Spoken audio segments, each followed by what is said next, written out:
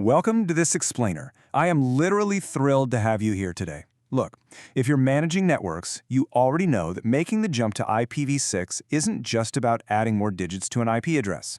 It actually requires a complete fundamental shift in how we think about local network communications. So today, we're going to completely rewire your IPv4 muscle memory for the modern IPv6 network.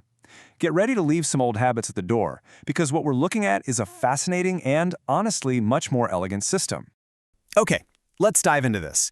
In the old IPv4 world, we relied heavily on ARP, the Address Resolution Protocol. And let's be real, ARP was noisy. It used broadcast, meaning every single device on the subnet had to stop, listen to, and process ARP requests, whether the message was actually for them or not.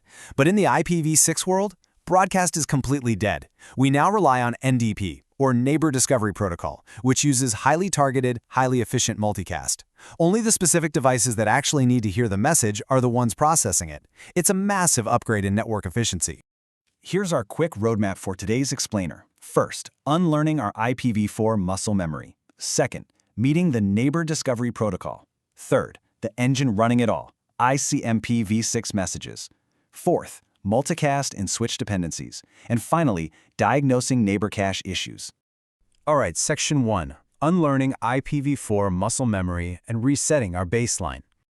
To truly troubleshoot and understand IPv6, you really have to discard your old protocol assumptions. Otherwise, you're quite literally going to be chasing ghosts. And this brilliantly illustrates exactly what I mean.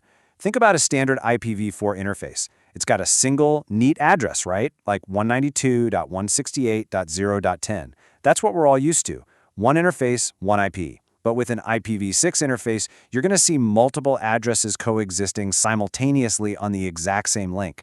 You might have a link local address starting with FAT80, a global unicast address, and maybe even a temporary privacy address, all just stacked right there together. In IPv6, this is totally normal, expected behavior. As our source material perfectly captures, IPv6 is not simply a larger address space bolted onto IPv4. It is a fundamentally different protocol. In this new world, NAT, network address translation, is pretty much absent. Every single device is potentially globally routable. And remember that old faithful ping to 255.255.255.255 just to see who's awake on the subnet? Yeah, completely dead. Again, broadcast just does not exist here. Moving right along to Section 2, meet Neighbor Discovery Protocol, the true ARP successor.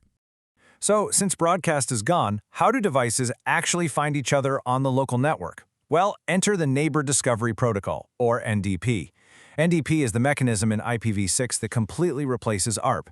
Instead of just shouting out to everyone on the network using broadcast, NDP utilizes ICMP v6 messages sent over precise multicast groups to discover neighboring devices and constantly track their reachability. It's surgical, it's quiet, and it's built directly into the ICMP v6 protocol suite. Now, one of the absolutely crucial jobs of NDP is duplicate address detection, or DAD. Before an interface can actually use an IPv6 address, it has to prove no one else on the network is already using it. First, DAD is initiated when the host sends a targeted neighbor solicitation message. Second, if a conflict is detected, meaning another host actually responds, the protocol immediately intervenes. And third, the address is marked with a DAD failed flag in the system. If you're ever troubleshooting and you see an address marked DAD failed in your terminal, it means the interface has been isolated to prevent IP conflicts. You will have absolutely zero global connectivity on that address.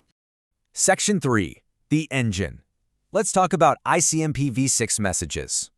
You know, understanding the engine is how you fix the car, right? Now, what's really interesting about this breakdown is how these 5 specific ICMP v6 types mathematically map to and completely replace the old ARP mechanics. Types 133 and 134 are how your hosts find their default gateways, so there's no more waiting around for a DHCP server just to find a router. Types 135 and 136, neighbor solicitation and neighbor advertisement, well, those are the direct replacements for ARP request and ARP reply. And type 137, that simply tells a host if there's a more optimal first hop router available. These 5 messages are the absolute lifeblood of your local IPv6 network. Which actually brings me to a massive, absolutely critical warning. Never, ever block ICMP v6 entirely. In the old IPv4 days, a lot of security admins just blocked all ICMP by default to stop ping sweeps. If you do that in IPv6, you will instantly break your network and literally ruin your weekend. Treating ICMPv6 like old blockable pings stops NDP dead in its tracks. It'll also break path MTU discovery, which means large files will just silently fail to transfer. You absolutely must ensure your firewalls permit types 1, 2, 3, and those NDP types we just talked about, 133 through 137. Section 4. Multicast and switch dependencies. So all of this beautiful multicast traffic we've been talking about relies heavily on your physical switches handling it correctly.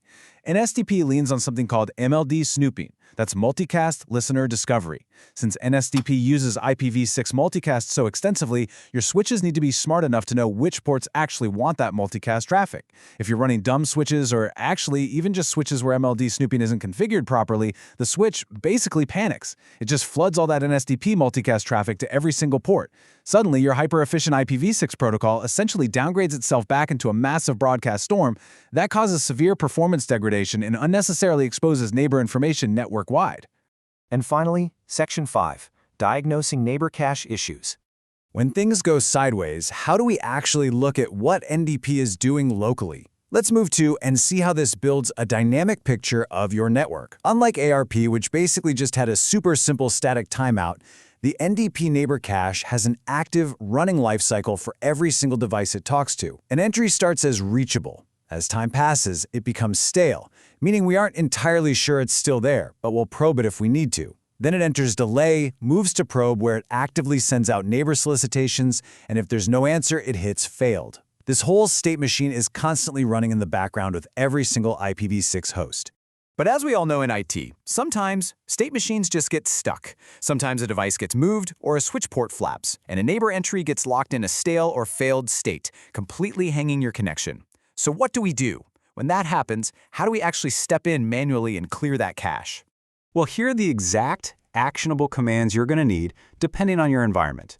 On Linux, you'll use ip6 nay-flush dev followed by your interface like eth0. On Windows, it's a quick netch command. Netch interface IPv6 delete neighbors. And if you're troubleshooting directly from a Cisco router, it's simply clear IPv6 neighbors. Running these commands forces NDP to wipe the slate clean and send out fresh neighbor solicitations. So the crucial point is this. As you're using these commands and checking out your interfaces, remember our very first lesson.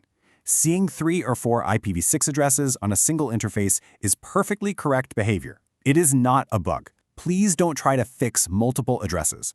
The only time you should be actively troubleshooting an interface's address assignment is if the addresses are missing entirely or if they're glaringly marked with that "dad failed" flag we talked about earlier.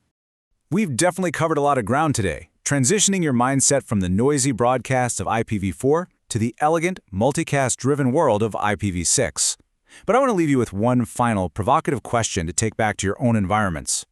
As we completely leave ARP behind for the targeted efficiency of NDP, is your network's firewall actually configured right now to allow the specific ICMPv6 traffic that keeps this whole protocol alive? Go audit those firewall rules, double-check those switch settings, and fully embrace the power of NDP. Thanks for joining me for this explainer, and happy troubleshooting!